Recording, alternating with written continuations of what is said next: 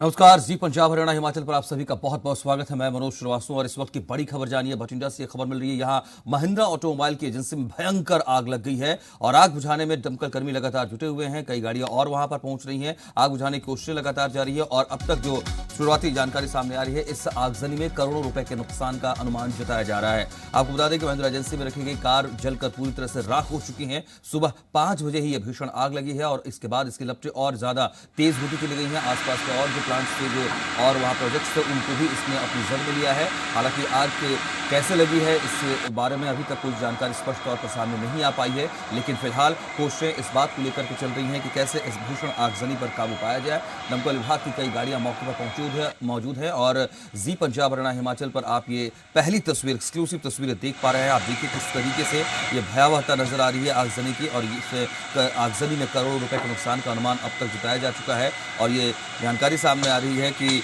यहाँ पर जो कारें रखी हुई थी वो पूरी तरह से जलकर राख हो चुकी हैं। तो बड़ी खबर, आग बुझाने की कोशिशें जारी हैं और करोड़ों के नुकसान की जानकारी अब तक सामने आ चुकी है। और आपको ये पता चले कि महिंद्रा एजेंसी है यहाँ पर और उसी में ये आग लगी है और जो भी कार यहाँ पर रखी हुई थी वो सब जलकर राख हो चुकी है। महिंद्रा ऑटोमोबाइल हमारे साथ हमारे संवाददाता देवानंद जुड़ रहे हैं और अपडेट्स के साथ। देवानंद, क्या इस वक्त आप तस्वीरें देख पा रहे हैं? किस तरह की कोशिशें वहां पर चल रही हैं? बिल्कुल, क्योंकि अभी वहाँ पर जो महिंद्रा कंपनी की गाड़ियां वहाँ पर सभी गाड़ियां सुबह हो गई हैं। दमकल की गाड़ियां मौके पर पहुंची हुई हैं। आग पर काबू पाने की पूरी कोशिश की जा रही है। वहाँ पर अभी तक कुछ कारणों का पता नहीं चल सका, क्योंकि वहाँ पर रहने वाले एक आदमी ने बताया कि सुबह तक उसे 5 बजे पता चला धुआं निकला। उसने उस वक्त मालिकों को फोन किया, लेकिन उनका कहना था मालिकों के फोन बंद आ रहे थे, लेकिन लोगों ने दमकल की गाड़ी आग पर काबू करने की पूरी कोशिश की और कुछ कमी है। तो लेकिन फिर भी देखा जा रहा है कि उस गाड़ियों से काफी नुकसान आता है, कंपनी को काफी नुकसान हो चुका है। सभी गाड़ियां नुकसान हुई है। जी, जानी नुकसान की कोई खबर तो नहीं है? कोई अंदर फंसा हुआ तो नहीं है? ऐसी स्थिति है क्या? हाँ नहीं, तो ऐसी कुछ सुनीर भी आदमी अंदर नहीं है। सिर्फ गाड़ियां सही जा रही है, उसकी तो गाड़ियां लगा चल रहा है और सभी पहुंचे हैं कि मालिकों को पहले था मार्ग पहुंचा, उसके बाद सभी सभी मुंबई की इतना नुकसान हुआ और क्या क्या कोई आदमी तो नहीं था अंदर, क्योंकि अभी तक कई गाड़ी हो जाने में काबू पाने में लगी हुई है। आसपास के इलाके में लोगों का है। जी, देव के आसपास कोई कॉलोनी ऐसी स्थित आबादी की वाली स्थिति तो नहीं है जहाँ के खतरा हो, किसी तरह की कोई दिक्कत की बात हो? नहीं, बिल्कुल, क्योंकि कुछ घर हैं वहाँ पे आसपास में वहाँ, लेकिन लोगों को कहना कि अभी वहाँ पर आग नहीं गई है केवल एजेंसी के पास ही, क्योंकि जब भी वहाँ पर लोगों को पता चला तो कंपनी गाड़ियां मौके पर पहुंच गई थी, काबू पाने की कोशिश की जा रही है। बहुत बहुत शुक्रिया आपका इस अपडेट के लिए।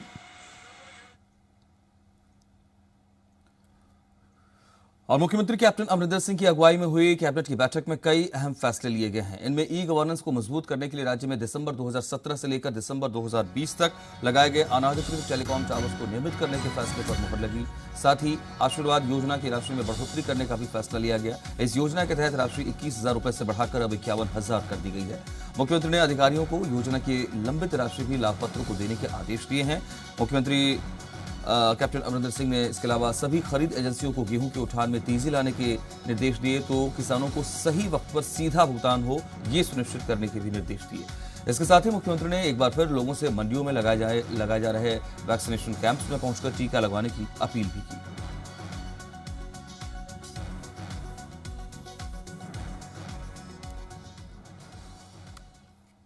और अब बात कोरोना की करते हैं। पंजाब में कोरोना का कहर लगातार जारी है। राज्य में एक दिन में कोरोना के सबसे ज्यादा 142 मरीजों की जान गई। इनमें सबसे ज्यादा 22 मरीजों की मौत गुरदासपुर में हुई। वहीं कोरोना के 24 घंटे में 6,472 नए मामले आए। इनमें लुधियाना में सबसे ज्यादा 952 मामले आए हैं, तो लुधियाना में 15 मरीजों की मौत भी हुई। राज्य में कोरोना के 53,426 सक्रिय मरीज हैं और अब तक कोरोना के 8,772 मरीजों की मौत हो चुकी है।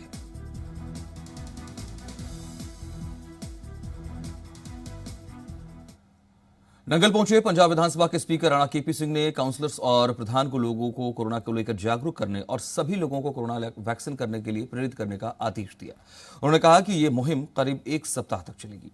साथ ही विधानसभा स्पीकर ने सभी काउंसलर्स को शहर में सफाई मुहिम शुरू करने के निर्देश दिए और इस मुहिम की शुरुआत विधानसभा स्पीकर ने खुद गीता मंदिर से सफाई करके की। विधानसभा स्पीकर राणा केपी सिंह नंगल में आमिर नगर काउंसिल में चुने गए प्रधान की ताजपोशी में पहुंचे थे और यहां कोरोना के चलते ज्यादातर लोगों को नहीं बुलाया गया था। विधानसभा स्पीकर ने कहा कि नई चुनी गई काउंसिल शहर के विकास में कोई कोर कसर नहीं छोड़ेगी। ये जी मुहिम है कोरोना भजाओ मुहिम एक हफ्ता चलेगी। उस तो बाद असीं दोबारा विचार करांगे। दोबारा विचार करके फिर असीं हालात का जायजा लैके जिहड़ा कोई होर कदम चक्कण वाला होया वो चक्कांगे। ये मेरी हदायत है सारे एमसीआं नूं भी इहदे च कोताही नहीं होनी चाहिए। अपने हर वोटर को जाओ, अपने हर परिवार को जाओ, उन्होंने दसो कि असीं टीका लवा लिया, तुसीं भी लवाओ। नंगल दे लोकां ने मैनू और मेरे तमाम साथियों नूं बहुत बड़ा फतवा दिता है और असीं सारे रल के इस फतवे नूं नेपरे चाढ़न वास्ते पूरी तनदेही नाल काम करांगे। कोरोना के बढ़ते मामलों के चलते चंडीगढ़ में नई पाबंदियां लगाई हैं। दरअसल शाम 6 बजे से सुबह 5 बजे तक नाइट कर्फ्यू का ऐलान कर दिया गया है और नाइट कर्फ्यू का नया वक्त आज से ही शुरू होगा। इसके अलावा शनिवार सुबह 5 बजे से लेकर सोमवार की सुबह 5 बजे तक वीकेंड नाइट कर्फ्यू का ऐलान किया गया है। बात हरियाणा करें तो कोरोना ने एक बार फिर से अपना रिकॉर्ड तोड़ा है। 24 घंटे में 12,444 नए मामले आए हैं। 24 घंटे में 95 लोगों ने कोरोना के चलते दम तोड़ दिया है। 7,618 लोगों ने कोरोना को मात दी है। प्रदेश में अब तक कोरोना के 88,860 सक्रिय मरीज हैं। हरियाणा के मुख्यमंत्री मनोहर लाल ने कोरोना को लेकर कहा कि कोरोना का प्रभाव अनुमान से ज्यादा बढ़ रहा है, जैसे बाढ़ की जगह सुनामी आ गई हो। उन्होंने कहा फरवरी आते ही लगा था जैसे चीजें काबू में आ जाएंगी, लेकिन पिछले 24 घंटे का आंकड़ा लगभग 12,000 है, जो पहले के मुकाबले 4 गुना है। मुख्यमंत्री ने कहा कि एक एक मृत्यु का दुख है, लेकिन बहुत सी व्यवस्थाएं काबू में नहीं होती हैं। सोचा नहीं था इतने लोगों को ऑक्सीजन की जरूरत पड़ेगी। ऑक्सीजन की कमी नहीं हुई, लेकिन गैसेस ऑक्सीजन की ट्रांसपोर्टेशन की दिक्कत आई। उन्होंने कहा कि पानीपत और हिसार में गैसेस ऑक्सीजन उपलब्ध है, जिसके चलते वहां एक हॉस्पिटल और एक स्कूल मिलाकर करीब 650 बेड चालू कर रहे हैं। फरीदाबाद में बंद हो चुके मेडिकल कॉलेज का नवीनीकरण कर 100 बेड की व्यवस्था कर रहे हैं। इस तरह प्रदेश भर में बंदोबस्त किए जा रहे हैं। मुख्यमंत्री ने संकट की इस घड़ी में विरोधियों से भी सहयोग की अपील की। मुख्यमंत्री ने कहा सब जगह धारा 144 लागू है, केवल विवाह शादी या फ्यूनरल में 30 लोग इकट्ठा हो सकते हैं। ऐसे इलाके जहां 10% से ज्यादा लोग कोरोना पॉजिटिव हैं, उन्हें माइक्रो कंटेनमेंट जोन बनाया गया है। आयुष मंत्रालय से इम्यूनिटी बूस्टर दवाएं भी बांटने को कहा गया है। कोरोना का जो प्रभाव है वो बढ़ रहा है और केवल बढ़ रहा है, इसकी जानकारी पूर्व अनुमानों से तो की जा सकती थी, लेकिन जितना अनुमान था उससे बहुत अधिक बढ़ रहा है। अगर वर्षा के दिनों में बाढ़ आए इसका अनुमान तो लगाया जा सकता है, लेकिन बाढ़ की बजाय सुनामी आ जाएगी इसका अनुमान नहीं था। पानीपत मेरा जाना हुआ, वहां पर गैसियस फॉर्म में ऑक्सीजन हमारे पास उपलब्ध है, तो 500 बेड का हॉस्पिटल उसकी तैयारी के लिए वहां गया था। इसी प्रकार से हिसार, वहां भी गैसियस फॉर्म में हमारे पास ऑक्सीजन उपलब्ध है, तो वहां एक विद्यालय और एक उसी का प्रांगण 3 एकड़ का प्रांगण है, उसमें भी, तो दोनों मिलाकर के लगभग 650 बेड्स की व्यवस्था उन्होंने वहां करनी शुरू कर दी है। पंचकुला में कोरोना महामारी को लेकर केंद्रीय जल शक्ति राज्य मंत्री रतनलाल कटारिया ने जिला सचिवालय में समीक्षा बैठक की और इस दौरान एडीसी, मेयर और कमिश्नर के साथ कई अधिकारी मौजूद रहे। राज्य मंत्री रतनलाल कटारिया ने अधिकारियों को महामारी से निपटने के लिए जरूरी दिशा निर्देश दिए। इस दौरान राज्य मंत्री ने जिले में ऑक्सीजन को लेकर जानकारी ली। कहा फिलहाल जिले में ऑक्सीजन और बेड की कमी नहीं है, लेकिन जरूरत पड़ने पर इन्हें बढ़ाया जाएगा। वहीं मंत्री ने अधिकारियों को ऑक्सीजन और वैक्सीन की कालाबाजारी रोकने के सख्त निर्देश भी दिए। गौरतलब है कि जिले में कोरोना संक्रमण को लेकर इसको रोकने को लेकर प्रशासन वैक्सीनेशन पर जोर भी दे रहा है। अभी एसपी साहब से कहा है कि कोई भी ब्लैक करता हुआ अगर पकड़ा गया तो उसको टांग दो। चाहे कोई दवाई एक्सीडेंट कर रहा है, चाहे ऑक्सीजन की ब्लैकमेल कर रहा है, चाहे कोई वेंटिलेटर की वो कर रहे हैं। हमारे मेयर साहब सारी चीज़ों के ऊपर नज़र रखे हुए हैं शहर में, और एक एक पॉइंट मुख्यमंत्री जी के ध्यान में लाया जा रहा है। हिसार में ऑक्सीजन की कमी के चलते एक निजी अस्पताल में कोविड संक्रमित मरीजों की मौत के मामले में मुख्यमंत्री की सख्ती के बाद जिला प्रशासन ने सख्त एक्शन लिया और अस्पताल को कोविड केयर अस्पताल की सूची से बाहर कर दिया। अब मरीजों को दूसरे अस्पतालों में भेजे जाने की प्रक्रिया भी जल्द शुरू होगी। आपको बताएं कि अस्पताल में भर्ती कोरोना के 17 मरीजों में से वेंटिलेटर पर चल रहे 5 मरीजों की ऑक्सीजन की कमी के चलते सोमवार सुबह मौत हुई थी। इन मरने वालों में एक पंजाब, एक दिल्ली और 3 लोग हिसार जिले के ही थे। 5 मरीजों की मौत के बाद परिजनों ने अस्पताल के बाहर हंगामा भी किया। मुख्यमंत्री मनोहर लाल ने लेकर मजिस्ट्रेट लेवल की इंक्वायरी के निर्देश दिए। उस पर कार्रवाई की गया है। जो सोनीबंद हॉस्पिटल है उसको डीसीएससी से हटाकर उसको अब जो पेशेंट्स है ऑक्सीजन पे जो पेशेंट्स है वो रखने के लिए उसे मना किया। अभी कुछ पेशेंट्स एडमिट है, उनके जैसे जैसे हम इधर उधर उसकी शिफ्टिंग करा रहे हैं डिजायर्ड लोकेशंस पे जहाँ पे डीसीएससी की फैसिलिटी है। लॉकडाउन में उन बसों को चालान काटा जा रहा है जो नियमों के खिलाफ चल रही हैं और इसे लेकर पानीपत में प्रशासन ने 3,50,000 रुपए का चालान काटा। जिन बसों का रजिस्ट्रेशन राज्य से बाहर का है उनका 50,000 और हरियाणा रजिस्टर्ड बसों का 20,000 रुपए का चालान काटा जा रहा है। गौरतलब है कि हरियाणा में नाइट कर्फ्यू लगने के बाद मजदूर पलायन करने लगे हैं। ऐसे में कई बस चालक अवैध तरीकों से यात्रियों को ले जा रहे हैं। इसे लेकर प्रशासन कार्रवाई कर रहा है। बस चालकों को कोरोना गाइडलाइन तोड़ने का आरोप भी उनके खिलाफ लगा है।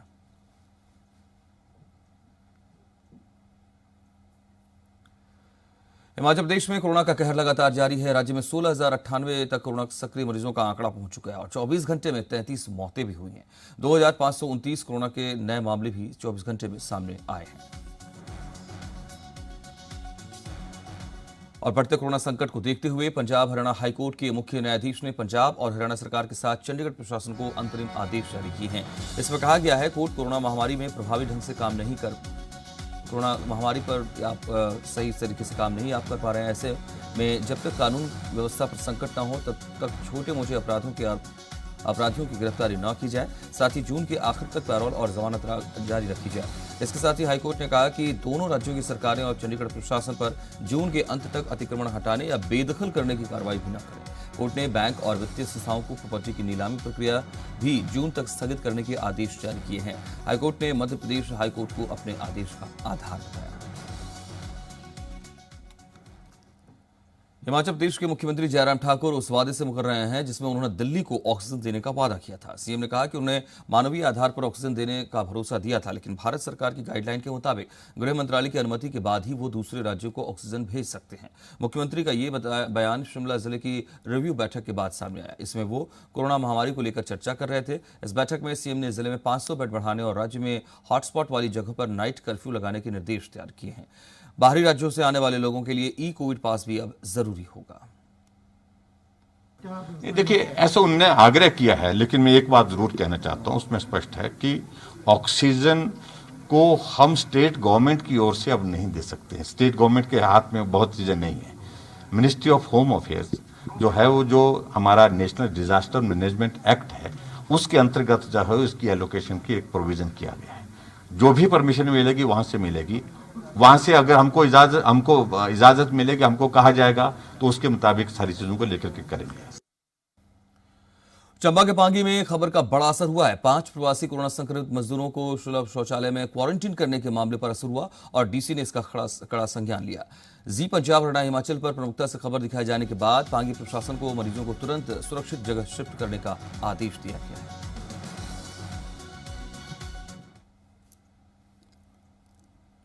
जो लेबर है उसकी जो क्वारंटीन है वो ऐसी जगह पे होनी चाहिए जहाँ से वो पब्लिक के साथ इंटरेक्ट ना करें। और बस स्टैंड जहाँ की ये खबर लगी है कि वो बस स्टैंड में उनको रखा गया है, सुलभ शौचालय में है, वहाँ से उनको तुरंत हटाया जाए और ऐसी जगह पे रखा जाए जहाँ वो संक्रमण आगे जनता में ना फैलाएं और इसकी अनुपालना जो है वो सुनिश्चित की जाए। श्री गुरु तेग बहादुर जी की 400वें प्रकाश पर्व को लेकर श्री अकाल तख्त साहिब के कार्यकारी जथेदार यानी हरप्रीत सिंह और एसजीपीसी के अध्यक्ष बीबी जागीर कौर की बैठक हुई।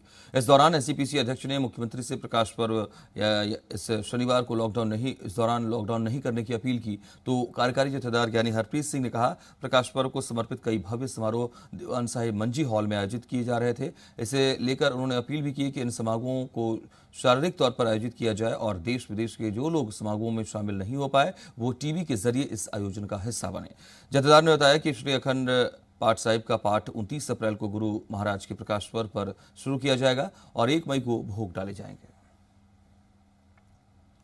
जिथे श्री अखंड पाठ साहिब की आरंभता होनी है, नाल ही गुरुद्वारा दीवान हाल मंजी साहिब विखे समागम जिहड़े है प्रारंभ हो जाने हैं। ये समागम 1 तरीक तक चलने हैं और इस जिहड़े समागम हो रहे हैं गुरुद्वारा दीवान हाल मंजी साहिब विखे इन्हां दा लाइव प्रसारण जिहड़ा है वो होएगा। जिहड़ी संगत गुरुद्वारा दीवान हाल मंजी साहिब विखे पहुँच सकती है जरूर पहुँचे, अपनियां फिजिकल हाज़रियां लवाए, गुरु की खुशियां प्राप्त करे। बाकी संगत अपने घरां दे विच बैठ के जिहड़ा टीवी माध्यम के राही इन्हां समागमां दा जिहड़ा वो आनंद माणे, सोहणे समागमां नूं। ये मेरी पुरजोर अपील है सिख संगत नूं। कोरोना संकट के दौरान जालंधर के ब्लड बैंक में खून की कमी ने स्वास्थ्य विभाग की चिंता बढ़ा दी। खून की कमी से थैलेसीमिया मरीजों को खून चढ़ाने में मुश्किल आ रही है। जालंधर के सिविल अस्पताल में हर रोज थैलेसीमिया से ग्रस्त बच्चे खून चढ़वाते हैं और इनके लिए खून का बंदोबस्त करना मुश्किल हो गया है। एनजीओ संचालक ने बताया कि उनकी तरफ से गोद लिए गए 24 बच्चों के लिए हर महीने 50 से 60 यूनिट खून चाहिए, लेकिन अब खून की कमी से जूझना पड़ रहा है। कोरोना पीड़ित 2 महीने तक खून नहीं दे सकते और न ही कोविड वैक्सीन लगवाने वाले अब कैंप भी नहीं लग पा रहे हैं। ऐसे में खून की कमी हुई। वहीं ब्लड बैंक की डॉक्टर नवनीत कौर ने कहा कि अस्पताल के कोविड सेंटर बनने के बाद रक्तदान करने आने वाले लोग डरते हैं, जबकि अस्पताल पूरी तरह से सुरक्षित है।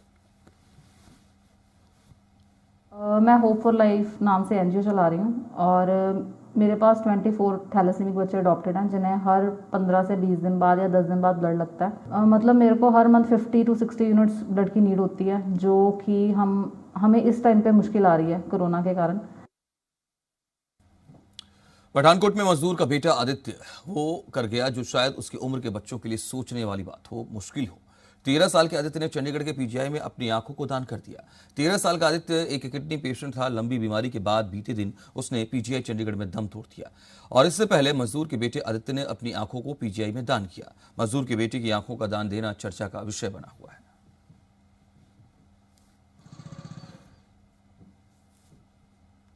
छोटा जिहा बच्चा ਜਦੋਂ ਤੋਂ ਜਨਮਿਆ ਤਕਲੀਫਾਂ ਦੇ ਵਿੱਚ ਹੀ ਜ਼ਿੰਦਗੀ ਨਿਕਲੀ ਇਹਦੀ। 13 ਸਾਲ ਦੀ ਉਮਰ ਦੇ ਵਿੱਚ ਆਪਣੀ ਸੰਸਾਰਿਕ ਜੀਵਨ ਜਿਹੜਾ ਪੂਰਾ ਕਰਕੇ ਚਲਾ ਗਿਆ, ਪਰ ਜਾਂਦੇ ਜਾਂਦੇ ਇੱਕ ਉਹ ਮਹਾਨ ਕੰਮ ਕਰ ਗਿਆ ਜਿਹਦੇ ਨਾਲ ਸਾਨੂੰ ਸਮਾਜ ਨੂੰ ਇੱਕ ਪ੍ਰੇਰਨਾ ਲੈਣੀ ਚਾਹੀਦੀ ਹੈ ਕਿ ਇਹ ਬੱਚਾ ਜਿਹੜਾ ਛੋਟੀ ਉਮਰ 'ਚ ਵੀ ਆਪਣੀਆਂ ਅੱਖਾਂ ਦਾਨ ਕਰਕੇ ਕਿਸੇ ਦੀ ਅੰਧੇਰੀ ਜ਼ਿੰਦਗੀ ਰੋਸ਼ਨ ਕਰ ਗਿਆ।